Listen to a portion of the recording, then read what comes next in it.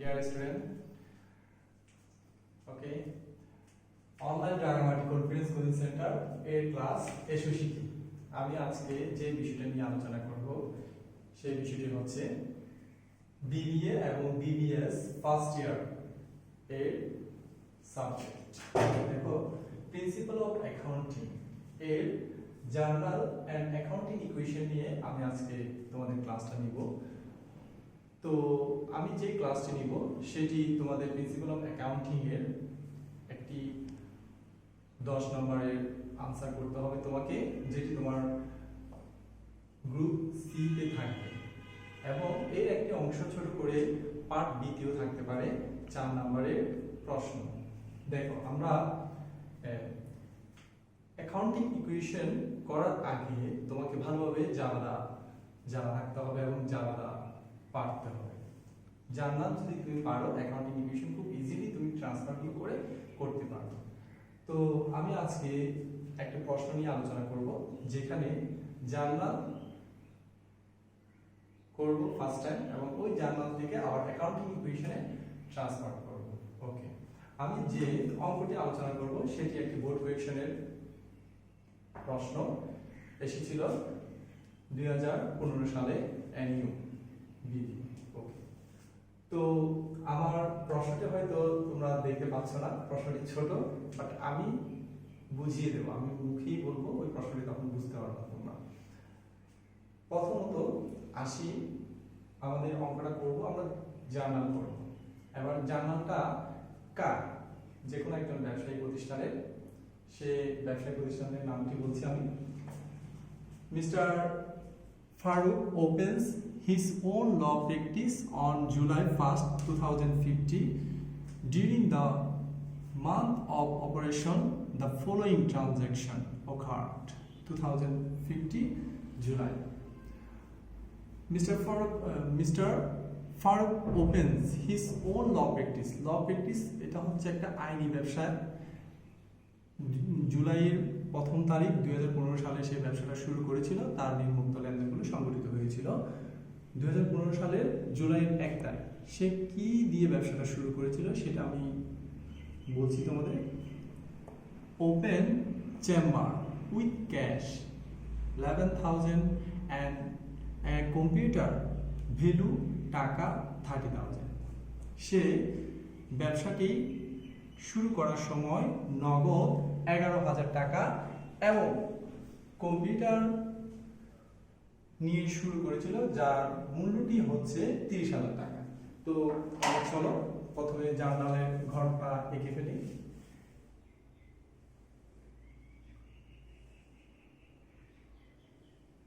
Date, debit টাকা, credit টাকা, and reference, account title,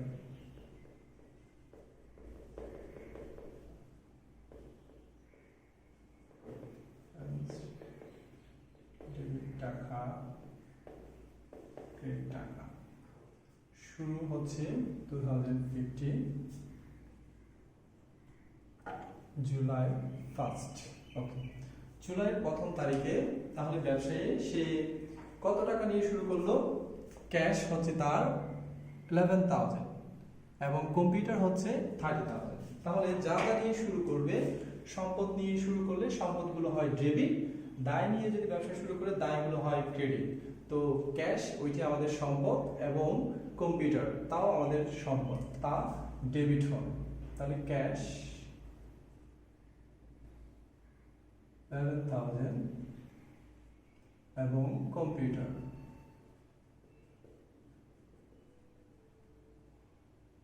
30,000। Total capital হচ্ছে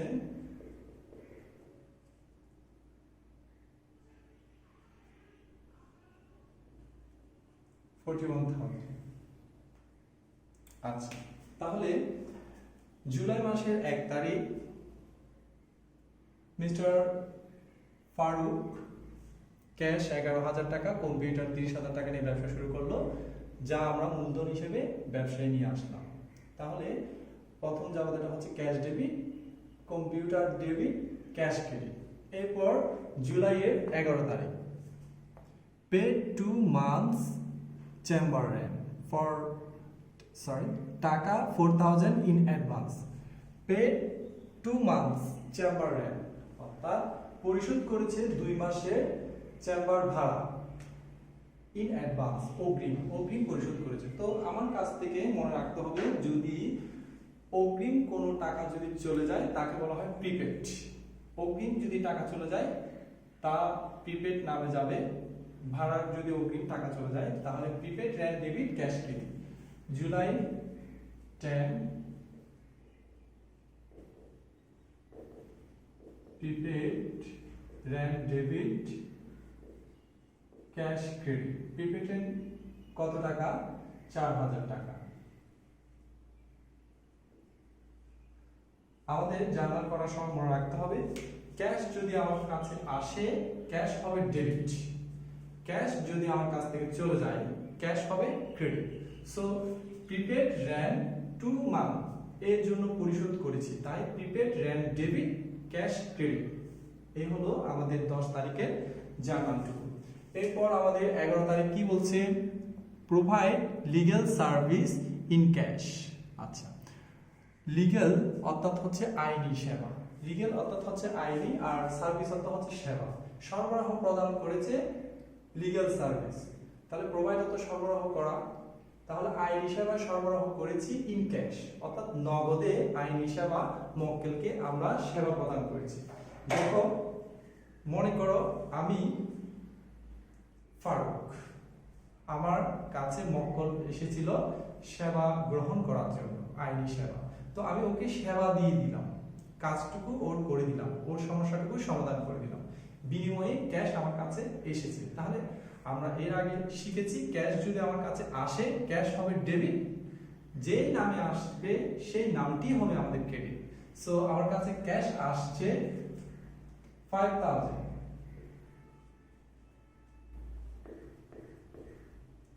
সার্ভিস রেভিনিউ নাম।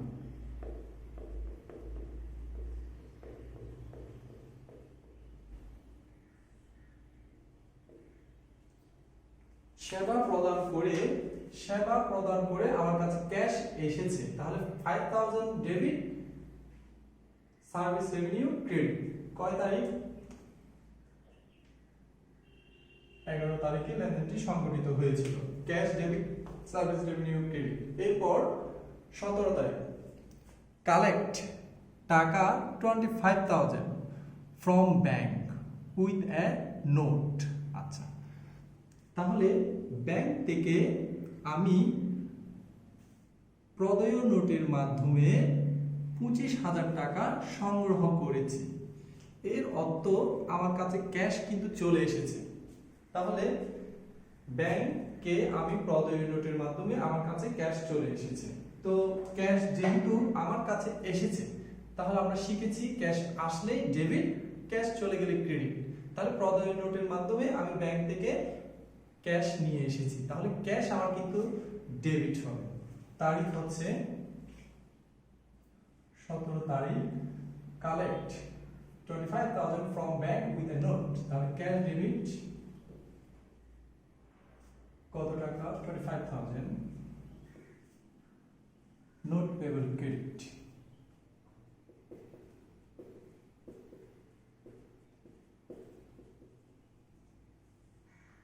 $25,000।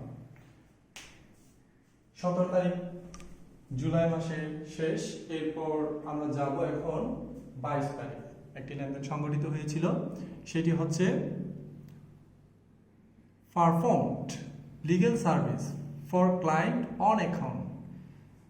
এখন বলা হচ্ছে আইনি সেবা প্রদান করেছি মক্কেলকে, যেটি অন অ্যাকাউন্ট এর অর্থটা হচ্ছে বাকিতে। তাহলে বাকিতে আইনি সেবা প্রদান করে ফেলেছি, অর্থাৎ নগদে যদি সেবা প্রদান করতাম তখন আমার কাছে ক্যাশ কিন্তু ডেবিট হতো, আর এখন বাকিতে সেবা প্রদান করেছি, অর্থাৎ ক্যাশ আমার কাছে আসছে না, সেবা কিন্তু প্রদান করে ফেলেছি, সার্ভিস রেভিনিউ হবে। তো ক্যাশ এর স্থলে শুধুমাত্র হবে দেনাদার, যেটিকে ইংলিশে বলা হচ্ছে অ্যাকাউন্ট রিসিভেবল। তাহলে অ্যাকাউন্ট রিসিভেবল ডেবিট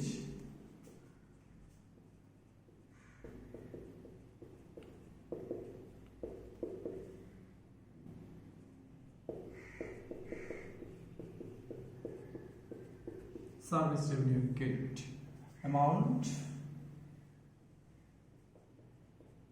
22 তারিখ এবং 2000 টাকা। ওকে, 22 তারিখে লেনদেনটি আমরা জার্নাল করে ফেললাম। এরপর আসি আমাদের 24 তারিখে একটি লেনদেন সংঘটিত হয়েছিল। 24 তারিখ কি বলা হচ্ছে? Purchase office equipment on account টাকা 6000, তারিখ 24, এবং যেটি আমি অফিস ইকুইপমেন্ট ক্রয় করেছি অন অ্যাকাউন্ট। আমরা এর আগে স্টুডেন্টরা শিখেছিলাম কি অন অ্যাকাউন্ট অর্থাৎ বাকিতে আমি একটা কোনো জিনিস ক্রয় করেছি। তাহলে আমার কাছে কি এসেছে ওইটা দেখতে হবে, এবং কি যাচ্ছে ওই জিনিসগুলো আমাকে চিন্তা করতে হবে। ফার্স্ট টাইম যা আসে আমাকে মনে রাখতে হবে তা হচ্ছে ডেবিট, যা চলে যাবে তা হচ্ছে ক্রেডিট। তো অফিস ইকুইপমেন্ট বাকিতে আমি ক্রয় করেছি, তাহলে আমার কাছে এসেছে কি অফিস ইকুইপমেন্ট, অর্থাৎ বাংলায় বলা হচ্ছে অফিসের যন্ত্রপাতি বা সরঞ্জাম। অফিস ইকুইপমেন্ট ডেবিট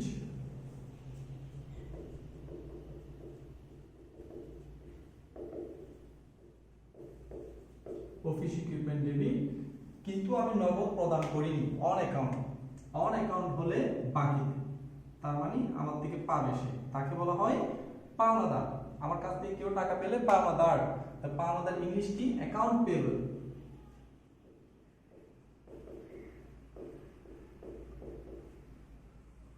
তাহলে ডিয়ার স্টুডেন্ট, আমার কাছে কি এসেছে? অফিস ইকুইপমেন্ট এসেছে, যা বাকিতে আমার কাছ থেকে পাবে। ওকে, তো 24 তারিখ লেনদেন শেষ। এরপর আসা যাক 29 তারিখ। Hire a computer operator for chamber with a monthly salary টাকা 5000 আছে। কম্পিউটার পরিচালক নিয়োগ দেওয়া হলো বা ভাড়া করা হলো নয়, নিয়োগ দেওয়া হলো, যাকে পার মান্থলি স্যালারি দেওয়া হবে 5000 টাকা।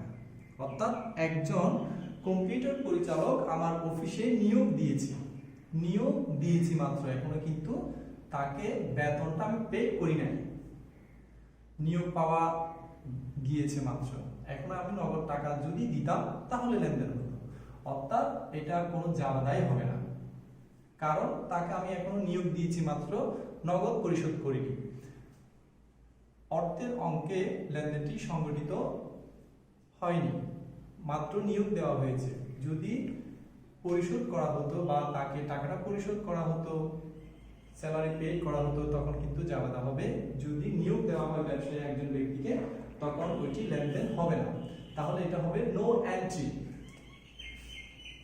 29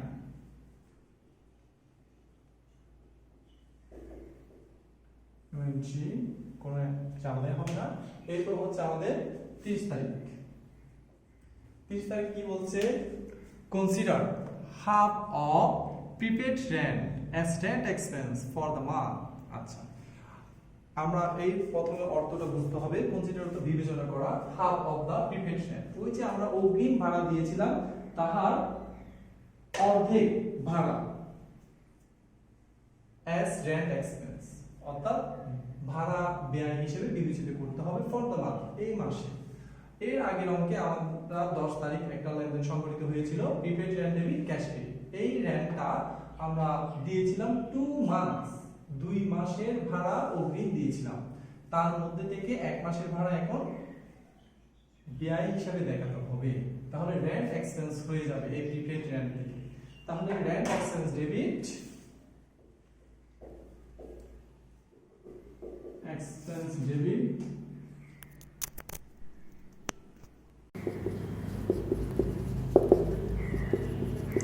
প্রিপেড রেন্ট ক্রেডিট। 2 মাসের ভাড়া যদি 4000 টাকা হয়, 1 মাসের ভাড়া হবে 2000 টাকা। এর আগে 24 তারিখ আমাদের লেনদেনটি সংগঠিত হয়েছিল, যার ওই অফিস ইকুইপমেন্ট ক্রয় করেছিলাম আমরা ৬,০০০ টাকা। তো এই ছিল আমাদের একটি পূর্ণাঙ্গ জার্নাল। এই জার্নাল থেকে আমাদেরকে অ্যাকাউন্টিং ইকুয়েশন করতে হবে। মূলত প্রশ্নটি আমাদের পরীক্ষায় আসবে, হয়তো তোমাকে জাবাদা করতে বলবে অথবা অ্যাকাউন্টিং ইকুয়েশন করতে বলবে। পার্ট সিতে প্রত্যেক বছর একটি করে আসবেই, জাবাদা অথবা অ্যাকাউন্টিং ইকুয়েশন, অথবা দুইটা একসাথেও দিতে পারে। 10-এ দিবে জার্নাল, 11-তে দিতে পারে অ্যাকাউন্টিং ইকুয়েশন, কিন্তু মাস্ট বি একটা আসবেই পরীক্ষায়। তো আমি এই পরীক্ষায় কি এসেছিল বলল, required show the effects on the above transaction on accounting equation. হিসাব সমীকরণ উপরোক্ত লেনদেনগুলোর মাধ্যমে দেখাতে বলেছে। তো এখন আমি জাবাদা করে অ্যাকাউন্টিং ইকুয়েশনটা তোমাদেরকে বুঝিয়ে দেব, কারণ তুমি জাবাদা বুঝলে খুব সহজেই অ্যাকাউন্টিং ইকুয়েশনটা বুঝতে পারবে। আর যদি জাবাদা না বুঝো, অ্যাকাউন্টিং ইকুয়েশনটা তোমাকে মুখস্থর মতো করতে হবে। সেই জন্য স্টুডেন্টরা অনেক সময় বলে অ্যাকাউন্টিং ইকুয়েশন বুঝে না, অ্যাকাউন্টিং ইকুয়েশন কঠিন লাগে তাদের। সো যে জাবাদা বুঝবে সে কিন্তু অ্যাকাউন্টিং ইকুয়েশন খুব ইজিলি ট্রান্সফার করার মাধ্যমে সে বুঝে যাবে। সো তোমাকে প্রত্যেকটা লেনদেনের আগে, অ্যাকাউন্টিং ইকুয়েশন করার আগে তোমাকে জার্নালগুলো ভালোভাবে বুঝতে হবে। এখন এই জাবাদা থেকে আমরা অ্যাকাউন্টিং ইকুয়েশন কিভাবে করতে হয় আমি তোমাদেরকে বুঝাবো। প্রথম আমাকে অ্যাকাউন্টিং ইকুয়েশনে কি কি থাকে, কিভাবে করতে হয়, ওই জিনিসগুলো আগে তোমাকে জানা রাখতে হবে। সেখানে হচ্ছে একটা ফর্মুলা রয়েছে আমাদের, A is equal to L plus OE। A হচ্ছে অ্যাসেট, অ্যাসেট অর্থাৎ সম্পদ। L হচ্ছে লাইবিলিটি অর্থাৎ দায়, প্লাস OE অনার্স ইকুইটি বা মালিকানা সত্ত্ব তাকে বলা হয়। এখন সম্পদ সমান চিহ্নের এই পাশে রয়েছে, সমান চিহ্নের এই পাশে রয়েছে দায় ও মালিকানা সত্ত্ব। এই দুই দিকের যোগফল, দায় ও মালিকানা সত্ত্বের যোগফল এবং সম্পদের যোগফল, দুইটা কিন্তু ইকুয়াল হয়ে যাবে বা মিলে যাবে। তাকেই বলা হচ্ছে হিসাব সমীকরণ করতে হবে। তো অ্যাসেট পাশে কোন কোন এন্ট্রিগুলো বসবে, দায় পাশে কোন কোন এন্ট্রিগুলো বসবে, অনার্স ইকুইটির মধ্যে কোন কোন এন্ট্রিগুলো বসবে, এগুলো আগে তোমাকে জানা থাকতে হবে। এই জাবাদাগুলো থেকে তোমাকে বুঝতে হবে 4টা জিনিস। হিসাব বিজ্ঞান পারার জন্য তোমার সহজ এবং সুস্পষ্টভাবে তুমি যদি বুঝতে পারো আয়, ব্যয়, দায়, সম্পদ এবং মালিকানা সত্ত্ব বা মূলধন, এই 5টা জিনিস তুমি যদি ভালো করে বুঝতে পারো, তোমার জন্য অঙ্ক খুব সহজ হয়ে যাবে। যেই অঙ্কই করো না কেন, তোমার আয়, ব্যয়, দায়, সম্পদ, মালিকানা সত্ত্ব বা মূলধন তোমার লাগবেই। তুমি এই বিষয়গুলো না বুঝে হিসাব বিজ্ঞান করতে গেলে তোমার অবশ্যই তোমার সমস্যা হবে, তুমি কিছুই বুঝবে না। তো প্রথমত তোমাকে এই ট্রানজ্যাকশনগুলো থেকে তোমাকে বুঝতে হবে কোনটা আয়, কোনটা ব্যয়, কোনটা দায়, কোনটা সম্পদ। আচ্ছা, প্রথমত ক্যাশ। ক্যাশ আমাদের জন্য একটি সম্পদ। তাহলে অ্যাসেট পাশে একটা নাম হবে, সেটার নাম হচ্ছে ক্যাশ। ক্যাশের জন্য একটা গড় হবে, এটা বুঝে গেল। এরপর কম্পিউটার। কম্পিউটার ব্যবসায়ী প্রতিষ্ঠানের জন্য অফিস সরঞ্জাম। তো কম্পিউটারও অ্যাসেটের একটি অংশ, কম্পিউটারও সম্পদ।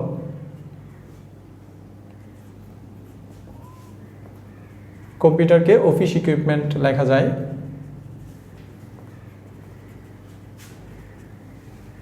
আচ্ছা, এরপর প্রিপেড রেন্ট, অগ্রিম ভাড়া পরিশোধ করেছি, এটাও একটা সম্পদের অংশ। প্রিপেড রেন্টও সম্পদের এখানে বসবে। আচ্ছা, এরপর ক্যাশ সম্পদে যাবে না, ক্যাশ একবার বসে গেছে তাই ক্যাশ সম্পদে যাবে না, একবার বসে গেছে তাই। সার্ভিস রেভিনিউ, তা আমার জন্য আয়। তো আমরা সম্পদের এন্ট্রিগুলোই আগে লিখি। তারপর অ্যাকাউন্ট রিসিভেবল, তাও সম্পদের একটা অংশ, অ্যাকাউন্ট রিসিভেবল। অফিস ইকুইপমেন্ট, তা আমাদের লেখা হয়ে গেছে। তো হ্যাঁ, এগুলোই এই সম্পদ পাশে একটি, দুইটি, তিনটি, চারটি এন্ট্রি হবে। এখানে আমরা কম্পিউটার না লিখে আমরা লিখব অফিস ইকুইপমেন্ট।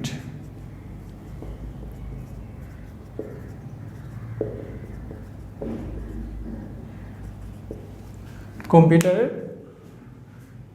অফিস সরঞ্জাম। তাহলে সম্পদ পাশে হবে পাশে চারটি, cash, office equipment, prepaid rent, account receivable. তাহলে অ্যাকাউন্টিং ইকুয়েশনের মধ্যে কিভাবে গড়টা হবে তোমরা দেখে নাও। ডেট,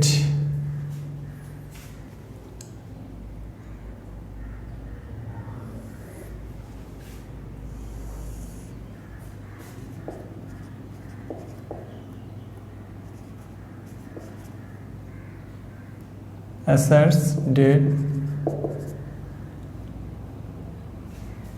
তো অ্যাসেট পাশে আমাদের চারটা ঘর হবে, 1 2 3 4।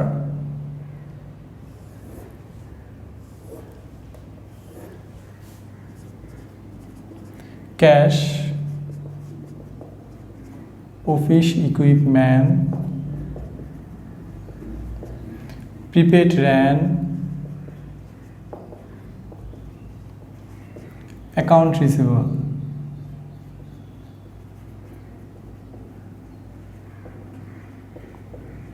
আচ্ছা, প্রিপেড রেন্ট আমাদের স্টুডেন্টদের মধ্যে প্রশ্ন থাকে যে অ্যাসেট পাশে কয়টা ঘর হবে কিভাবে বোঝা যায়। এটা হচ্ছে অ্যাকচুয়ালি জার্নালের মাধ্যমে এবং এন্ট্রি পড়ে বুঝতে হবে তোমাকে কয়টি ঘর হবে, অর্থাৎ সম্পদ কয়টি রয়েছে। সম্পদ আমাদের এখানে রয়েছে চারটি, cash, office equipment, prepaid rent এবং অ্যাকাউন্ট রিসিভেবল। এরপর আমরা আসি দায় পাশে কোন কোন এন্ট্রিগুলো বসবে। দায় পাশে আমরা দেখতে পাচ্ছি নোট পেয়েবল একটি দায়, অ্যাকাউন্ট পেয়েবল একটি দায়, দুইটি আমরা দায় পেলাম এখানে। একটি হচ্ছে নোট পেয়েবল, একটা হচ্ছে অ্যাকাউন্ট পেয়েবল। লাইবিলিটি পাশে দুইটি এন্ট্রি পেলাম।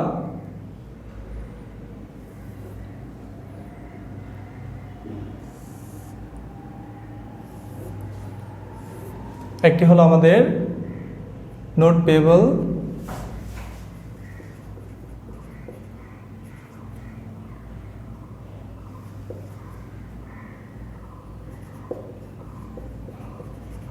Account payable.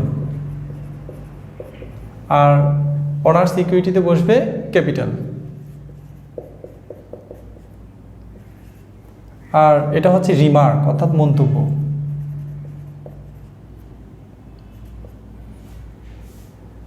Asset, liability plus honours equity. আচ্ছা, তো ডিয়ার স্টুডেন্ট, আমাদের এই জাবাদার এন্ট্রিগুলো আমরা এখন অ্যাকাউন্টিং ইকুয়েশনে ট্রান্সফার করব। আচ্ছা, তো অ্যাকাউন্টিং ইকুয়েশন করার সময় আমাদের ঘর আঁকা হয়ে গেল, ডেট থাকবে, অ্যাসেট থাকবে, লাইবিলিটি প্লাস অনার্স ইকুইটি থাকবে এবং রিমার্ক থাকবে। রিমার্ক হচ্ছে মন্তব্য। এখন ক্যাপিটালের মধ্যে কোন কোন এন্ট্রিগুলো বসবে ওই জিনিসটা আমাদের বুঝতে হবে। অনার্স ইকুইটিতে আয় হলে যোগ হবে, এক্সপেন্স হলে বিয়োগ হবে, ড্রয়িংস বিয়োগ হবে। তাহলে আয়কে বলা হয় ইনকাম বা রেভিনিউ, এক্সপেন্সকে ব্যয় বলা হয় এবং ড্রয়িং উত্তোলন। এই এন্ট্রিগুলো হলে ক্যাপিটালে বসবে, আদারওয়াইজ ক্যাপিটালে বসবে না। তাহলে ক্যাপিটালে কোন এন্ট্রিগুলো বসে, আয় হলে যোগ হবে, এক্সপেন্স হলে বিয়োগ হবে, ড্রয়িং হলে বাদ যাবে। এই এন্ট্রিগুলো ক্যাপিটালে বসবে। আর বাকিগুলো নাম দেওয়াই আছে, অ্যাসেট পাশে কোন এন্ট্রিগুলো বসবে, দায় পাশে কোন এন্ট্রিগুলো বসবে। ওকে, এখন আমরা ডেটটুকু লিখব 2015 সালের জুলাই 1 তারিখ। কি সংগঠিত হয়েছিল আমরা আবার প্রশ্নটা পড়ব, পড়ে আবার সরাসরি বুঝিয়ে দেব। Open chamber with cash 11,000 and a computer, value টাকা 30,000। তাহলে যার জন্য জাবাদা করেছিলাম cash debit, equipment debit, capital credit. তাহলে ক্যাশ হচ্ছে আমাদের 11,000, অফিস ইকুইপমেন্ট হচ্ছে 30,000, যেটা আমাদের ক্যাপিটাল নামে আসলো 41,000। রিমার্ক হবে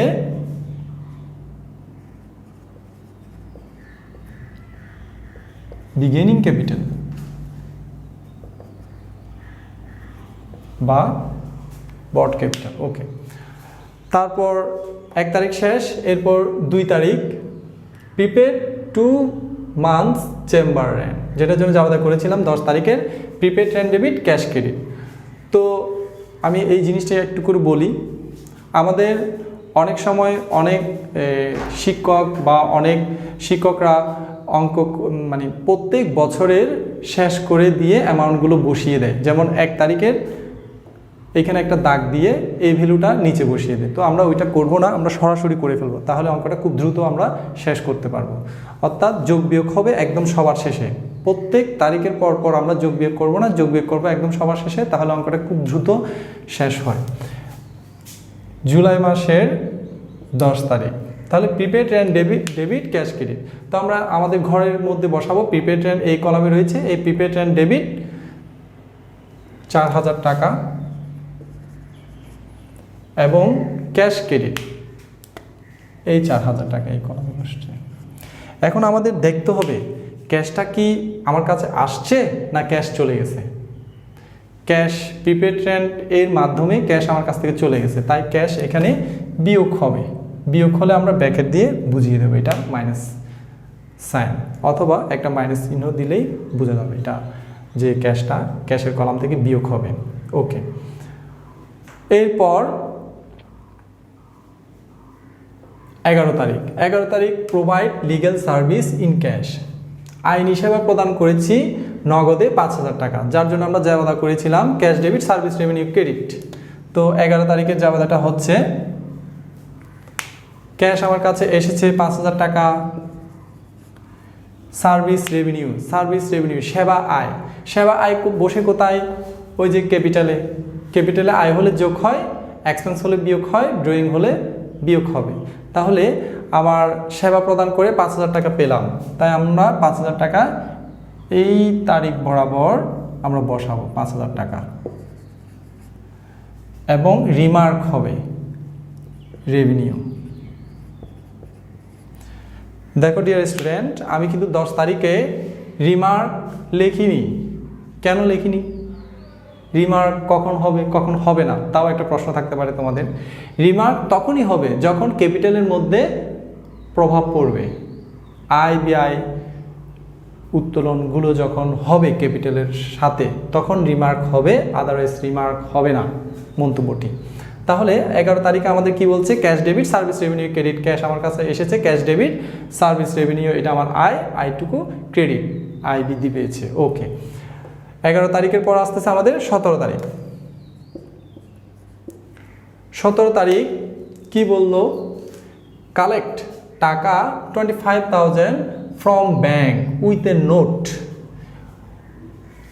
নোট এর পদেয় নোটের মাধ্যমে ক্যাশ আমি নিয়েছি, ব্যাংক থেকে ধার নিয়েছি। তাহলে cash debit note payable credit, cash আমার কাছে এসেছে, তাহলে ক্যাশের ঘরে গিয়ে যোগ হবে 25,000 এবং নোট পেয়েবল লাইবিলিটির ঘরে বসছে 25,000। শেষ। 17 তারিখের পর আসতেছে আমাদের 22 তারিখ। 22 তারিখ কি বললো, অ্যাকাউন্ট রিসিভেবল, আমরা আগে সেন্টেন্সটুকু পড়ি। 22 তারিখে perform legal service for client on account. আচ্ছা, আইনি সেবা প্রদান করা হয়েছে যেটা বাকিতে, সেটার জন্য জাবেদা করেছিলাম কি, account receivable debit service revenue credit. তাহলে অ্যাকাউন্ট রিসিভেবল আমার জন্য সম্পদ, তাহলে সম্পদের ঘরে অ্যাকাউন্ট রিসিভেবলের ঘরে বসবে আমাদের টাকা 2000 টাকা, যেটা সার্ভিস রেভিনিউ হয়েছে 2000 টাকা। রেভিনিউ হলে আয় হলে মূলধনের ঘরে বসবে রেভিনিউ। ওকে, এরপর 22 তারিখের পর আসতেছে আমাদের 24 তারিখ। 24 তারিখ কি বললো, purchase office equipment on account, বাকিতে আমি অফিস সরঞ্জাম ক্রয় করেছি। তাহলে office equipment debit account payable credit, তাহলে অফিস ইকুইপমেন্ট আমার জন্য সম্পদ, অফিস ইকুইপমেন্ট ভ্যালু 6000, আমার কাছ থেকে পাবে 6000, অ্যাকাউন্ট পেয়েবলের ঘরে বসে যাবে।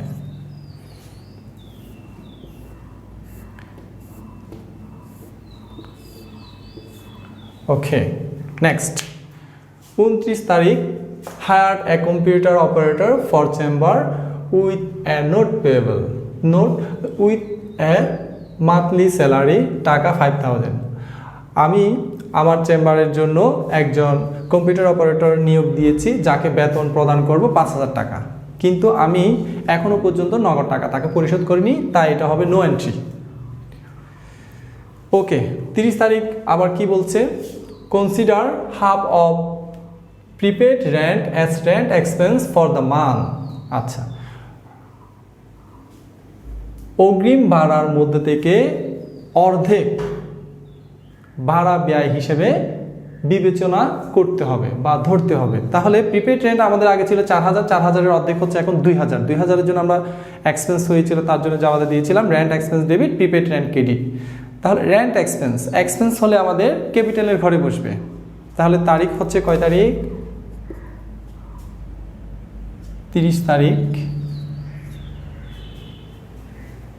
রেন্ট এক্সপেন্স 2000 টাকা, 2000 টাকা মূলধন থেকে বা এক্সপেন্স, এবং প্রিপেড রেন্টের ঘরে বসবে প্রিপেড রেন্ট সম্পদ 2000 টাকা, এখান থেকেও বিয়োগ, প্রিপেড রেন্ট যেহেতু কমে যাচ্ছে। ওকে, আমাদের হিসাব সমীকরণ শেষ। এখন শুধু আমরা যোগ বিয়োগ করে অঙ্কটুকু মিলাবো।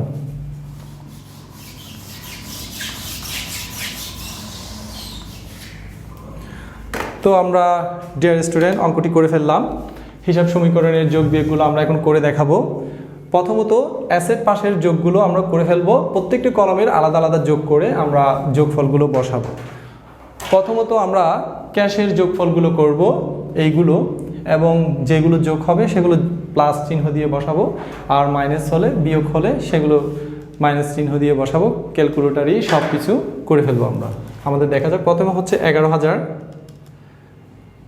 মাইনাস 4000 প্লাস 5000 প্লাস 25000 নিয়ার ইজিকুয়াল টু দিলে আমাদের চলে আসছে ভ্যালু 37000।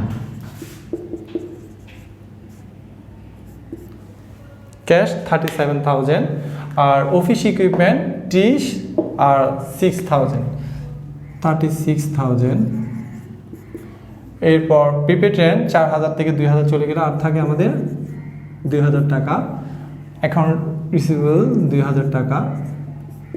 আমাদের সম্পদ পাশের কাজটুকু করা শেষ। এখন সম্পদ পাশে আমাদের 4টি সম্পদ রয়েছে, cash, office equipment, prepaid rent, account receivable.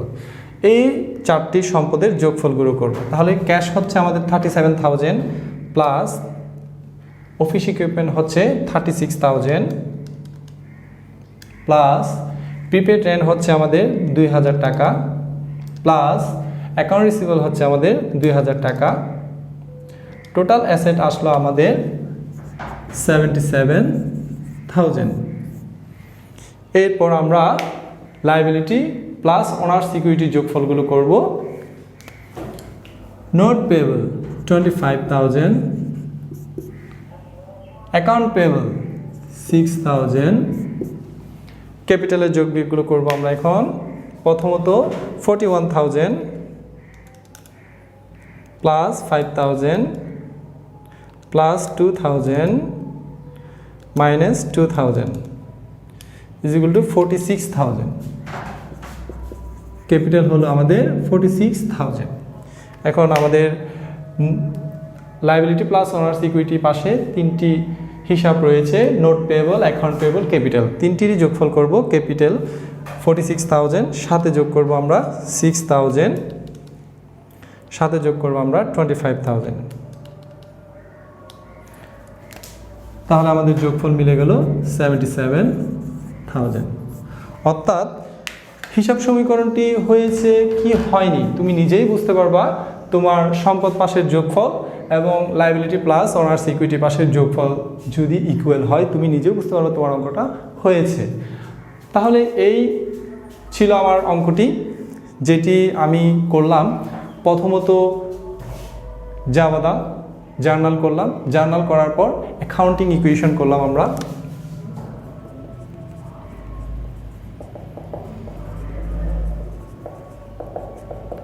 Accounting equation করলাম। তো তুমি যদি জাভাটা ভালো করে বুঝো, অ্যাকাউন্টিং ইকুয়েশন কিন্তু খুবই সহজ, জাস্ট শুধু ট্রান্সফারগুলো দিলেই হয়ে যায়। তো তোমার যদি জাভাটা বুঝতে প্রবলেম হয় তাহলে তুমি অ্যাকাউন্টিং ইকুয়েশন বুঝতে পারবে না। তাই আমি প্রথমেই জাভাটা করে বুঝিয়ে দিলাম তোমাদের, তারপর অ্যাকাউন্টিং ইকুয়েশনটুকু করলাম। তো ডিয়ার স্টুডেন্ট, আমি অঙ্কটুকু করালাম। তোমাদের এখানে হয়তো অনেকগুলো প্রশ্ন থাকবে, যদি কোনো কিছু না বুঝে থাকো আমার এই ভিডিওর মধ্যে প্রশ্নগুলো করবা, আমি তোমাদের প্রশ্নগুলোর আনসার দেব, এবং পরবর্তীতে আরও বোর্ড কোয়েশন যেগুলো আছে আমি একটা একটা করে সবগুলো তোমাদের করে দেখাবো। তো আমি কিছু টেকনিকের কথা বলি। তুমি অ্যাকাউন্টিং ইকুয়েশন করার জন্য তোমাকে ভয় নয়, সহজে এটা আগে বুঝে নিতে হবে কিভাবে করতে হয়।